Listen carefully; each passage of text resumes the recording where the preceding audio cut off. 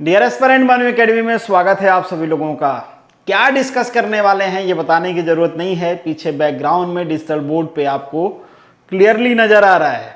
देख के शायद थोड़ी सी धड़कन बेचैनी बढ़ गई होगी। लाजमी है कि जब हम मेहनत करते हैं, खुद से उम्मीद होती है तो बेचैनी भी होती है, घबराहट भी होती है, धड़कन भी बढ़ती है, ब्लड प्रेशर भी बढ़ता है।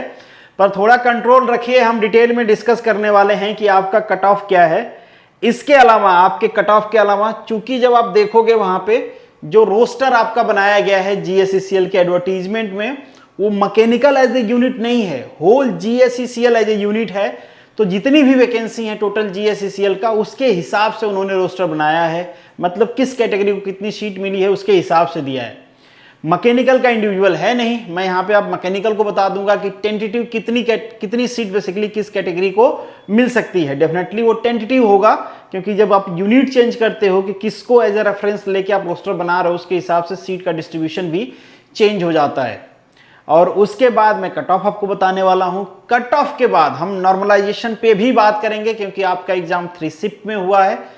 तो किस शिफ्ट में अगर आप हो तो आपके मार्क्स थोड़े कम हो सकते हैं, किस शिफ्ट में हो तो आपके मार्क्स थोड़े से बढ़ सकते हैं। सारी बातें करेंगे, पर उससे पहले ये सारे प्लेटफॉर्म हैं जहां पे आप मुझसे जुड़ सकते हैं। जरूर जुड़िए, हम वहां पे भी बातें करते रहते हैं। बातें मतलब काम की, जरूरत की। आप मुझे मैसेज करते हो, डेफिनेटली आपको रिप्लाई मिलता है। थोड़ा सा देर सवेर होने के लिए माफी चाहूंगा, क्योंकि टाइम की लिमिटेशन होती है। होप सो आप इस बात को समझते होगे। खैर आगे बढ़ते हैं। अब यहाँ पे आपको कट ऑफ नजर आ रहा है, मैं हट जाता हूं। आप देख लीजिए सुकून से, भागिए मत, थोड़ा रुकिए, कुछ चीजें आपको बतानी है। यहाँ पे मैंने यहाँ पे एक लाइन एडिशनली ऐड किया। अब तक जो कट ऑफ में डिस्कस करता था, एक रेंज बताता था कि ये मिनिमम है, ये मैक्सिमम है, इतना जा सकता है। पर यहाँ पे एडिशनली मैंने रेड में कुछ मेंशन किया है। ये क्यों मेंशन किया है इसके बारे में बताता हूं। पर जो प्रेडिक्टेबल कट ऑफ है मेरा यहाँ पे आपको नजर आ रहा है, इसके बारे में बहुत ज्यादा बताने की जरूरत नहीं है। मुझे लगता है कि कट ऑफ आपका 70 to 72 के बीच में रहेगा फॉर जनरल। और यहाँ पे आपको ईडब्ल्यूएस का नजर आ रहा है, this is OBC, this is SC and this is ST. ये आपका कट ऑफ रहा, हो सकता है इतना रहे। पर यहां पे मैंने एडिशनली कुछ मार्क्स मेंशन कर रखे हैं। ये भी मार्क्स है आपके आउट ऑफ 100, ये जो रेड लाइन में मेंशन किया मैंने। अब अगर आपके मार्क्स इतने हैं तो आपको उम्मीद नहीं करना चाहिए कि आप सिलेक्शन लिस्ट में होगी। ये मेरा, आप कह सकते हैं एक तरह से प्रेडिक्शन है कि इससे कम तो कट ऑफ जा नहीं सकता है। अब आपके मन में एक सवाल आ रहा होगा कि इन दोनों के अलावा मैंने ये क्यों मेंशन किया है। ये इसलिए मेंशन किया है, जैसे मैंने कहा, रोस्टर जब आपका बनेगा तो वहां पे सीट्स में वेरिएशन आ सकता है कि किस कैटेगरी को कितने सीट्स मिलेंगी, क्योंकि टोटल वहां पे जीएससीसीएल के हिसाब से है। अब जीएससीसीएल के हिसाब से अलॉटमेंट तो होगा नहीं, अलॉटमेंट तो होगा मैकेनिकल के हिसाब से। अब मैकेनिकल के हिसाब से रोस्टर कैसे जाएगा ये कंफर्म नहीं है, इसलिए मैंने यहां पे मेंशन किया कि देखो इससे कम तो नहीं होगी, चाहे सीट का वेरिएशन कैसे भी हो जाए। तो अगर आपके इससे कम मार्क्स हैं जो यहां पे मेंशन किया गया है, अगर उससे कम है तो आपको दूसरे एग्जाम का सीरियसली प्रिपरेशन करना चाहिए। अगर आप इस रेंज में हो तो मोस्ट प्रोबेबली आपका सिलेक्शन पॉसिबल है मेरे हिसाब से। अगेन ये रिजल्ट नहीं है, ये प्रोविजनल है, मतलब प्रेडिक्शन है। प्रेडिक्शन फेल भी होते हैं, ठीक है। हाँ, अभी तक ठीक रहा है प्रेडिक्शन, होप्स हो कि आगे भी ठीक रहेगा, क्योंकि ये आपके द्वारा दिया गया डाटा होता है। और मुझे लगता है आप में से काफी सारे लोग बहुत ऑनेस्टी से भरते हैं। बस एक गलती आप लोग कभी कभी करते हो, जब कभी मैं गूगल फॉर्म एडिट करने के लिए बोलता हूं तो आप मल्टीपल एंट्री कर देते हो। एडिट करने के बजाय आप पूरा डाटा फिर से भर देते हो। इससे क्या होता है, डाटा में डुप्लीकेसी होती है। हालांकि वो मैं फिल्टर कर लेता हूं, बट उससे मेरा काम बढ़ जाता है। तो जब भी मैं आपसे कहूं ना कि डाटा में कुछ मैंने ऐड किया है या सब्सट्रैक्ट किया है, फिर से उसको एडिट कर दें, तो प्लीज आप एडिट ही करें, फिर से एंट्री ना करें। नई एंट्री करने से मल्टीपल एंट्री हो जाती है। अब ये जो मैंने मेंशन कर रखा है, ये हैं आपके मिनिमम मार्क्स। मुझे ऐसा लगता है कि ये इससे कम में पॉसिबिलिटी थोड़ी कम है, थोड़ी क्या बहुत कम है कि आप सिलेक्शन लिस्ट में आ पाए। पर इससे नीचे तो मेरे हिसाब से पॉसिबल नहीं है, मतलब पॉसिबल से बाहर की वाली बात हो गई है।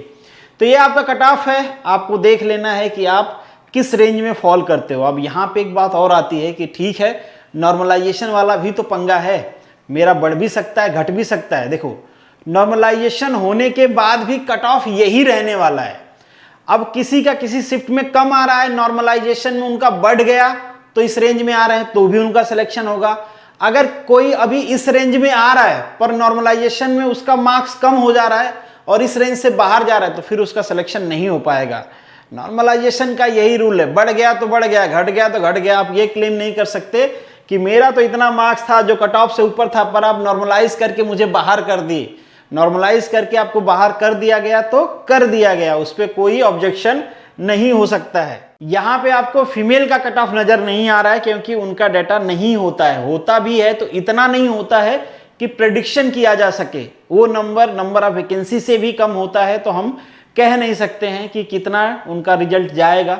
तो सॉरी फॉर दैट, डाटा नहीं रहेगा तो फिर कुछ भी प्रेडिक्ट कर देना अपने मर्जी से वो ठीक नहीं रहेगा। आपके अंदर एक उम्मीद जगाना और फिर वो ब्रेक होगी तो मतलब बद्दुआएं और गालियां दोनों मिलेंगी एक साथ। तो इसलिए मैं जनरली फीमेल का प्रेडिक्ट नहीं कर पाता हूं क्योंकि डाटा अप्रोप्रिएट नहीं लगता है मुझे। मतलब अप्रोप्रिएट तो होता है बट कम होता है, पर बाकी लोगों का ठीक है। चलिए आगे बढ़ते हैं। अब यहाँ पे सीट्स का डिस्ट्रीब्यूशन है, आप देख पाओगे जनरल को मेरे हिसाब से टोटल 55 सीट्स हैं, आई थिंक सो। तो इसमें से आपको ये जनरल की सीट्स हैं, ये आपकी ईडब्ल्यूएस की सीट्स हैं और ये आपकी ओबीसी की सीट्स हैं और this is SC and this is ST. तो ये टोटल आपके सीट्स का डिस्ट्रीब्यूशन है। इसमें एक दो कम ज्यादा हो सकते हैं, किसी की एक दो सीट बढ़ सकती है, किसी की एक दो सीट कम हो सकती है, इसीलिए मैंने यहाँ पे भी एक रेंज में ही आपकी सीट्स मेंशन किया है। हो सकता है ओबीसी को 15 मिल जाए, इनको 4-5 मिल जाए, 4 मिल जाए, हो सकता है इनको 4 मिले, 3 मिले, मतलब डिपेंड करता है कि किस नंबर पे फॉल कर रहे हैं। रोस्टर आपको समझना है तो इस पे मैंने ऑलरेडी वीडियो बनाया हुआ है कि रोस्टर किस तरीके से बनता है। वो वीडियो आपकी इस वीडियो के लास्ट में मिल जाएगी, आप देख लेना नॉलेज बढ़ाने के लिए। बाकी तो यहाँ पे मैंने बता ही दिया। अब आगे बढ़ते हैं नॉर्मलाइजेशन में। ये जो मैंने रेड कर रखा है ना, इसमें थोड़ा सा मुझे डाउट्स है क्योंकि यहां पे मुझे लगा कि डेटा अप्रोप्रिएट नहीं है जो थर्ड शिफ्ट का है। तो आप लोगों से रिक्वेस्ट है, बहुत सारे लोगों ने अपनी शिफ्ट मेंशन नहीं किया है, तो एक बार आप अपनी शिफ्ट भी मेंशन कर दें, मतलब एडिट करें, मल्टीपल एंट्री ना करें, एडिट कर दें। आपका शिफ्ट कौन सा है वो उसमें ऐड कर दें आपके रिस्पॉन्स में। अगर मुझे लगता है कि फिर से वीडियो बनाने की जरूरत है, ये जो प्लस माइनस मैंने लिख रखा है ये चेंज हो रहा है, तो मैं दोबारा एक वीडियो बना दूंगा। अभी के लिए जो फर्स्ट शिफ्ट है मेरे हिसाब से फर्स्ट शिफ्ट वालों का 0.67, मतलब ये मान लो 0.67 से लेके 1 मार्क्स तक कम होगा। जितना आपको मिला है उसमें से माइनस होगा। सेकेंड शिफ्ट वालों का अराउंड 2 मार्क्स मिनिमम ऐड होगा, मतलब जितना उनको मिला है उससे उनका 2 मार्क्स से लेके 2.5 मार्क्स ऐड हो जाएगा। तो अगर आप सेकेंड शिफ्ट में हो तो आप अपने 2 मार्क्स ऐड कर सकते हो जितना आपके आ रहे हैं उससे। थर्ड शिफ्ट का डाटा मुझे लगता है कि अप्रोप्रिएट नहीं है, तो मैं श्योरिटी से नहीं कह सकता हूं। हालांकि अभी के डाटा के हिसाब से ये ऐड हो रहा है, पर मुझे लगता है थोड़ा सा कि ये डाटा करेक्ट नहीं है।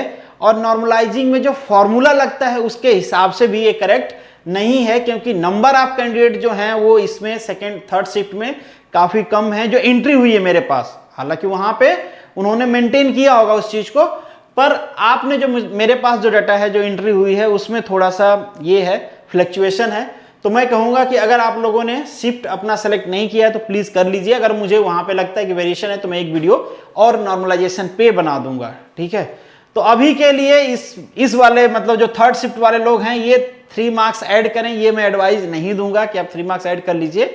मैं इस पे आपको इन्फॉर्म कर दूंगा अगर वेरिएशन होता है, मोस्ट प्रोबेबली वेरिएशन इसमें आएगा। तो ये रहा नॉर्मलाइजेशन। इन दोनों का मुझे लगता है मोस्ट प्रोबेबली ठीक है। इनमें 2 मार्क्स का तो वेरिएशन मिनिमम आएगा ही आएगा, 2 मार्क्स ऐड होने चाहिए सेकेंड शिफ्ट वाले मार्क्स में। फर्स्ट वाले मुझे लगता है कि इतना कम होगा, मोस्ट प्रोबेबली कम होगा, और मुझे लगता है ये दोनों सही भी हैं। थर्ड में थोड़ा वेरिएशन है।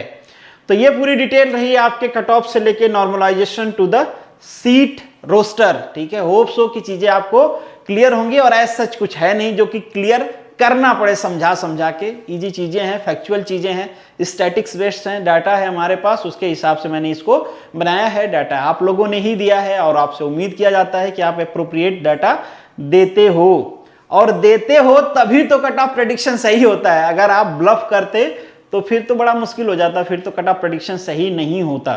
तो होप सो कि हमारा रिलेशन, हमारा दौर इसी तरीके से बना रहेगा। अगर आपका कोई सजेशन है, कोई क्वेश्चन है तो आप कमेंट बॉक्स में लिख सकते हैं। बाकी मिलेंगे नेक्स्ट वीडियो में, तब तक के लिए all the best, good luck and जय हिंद।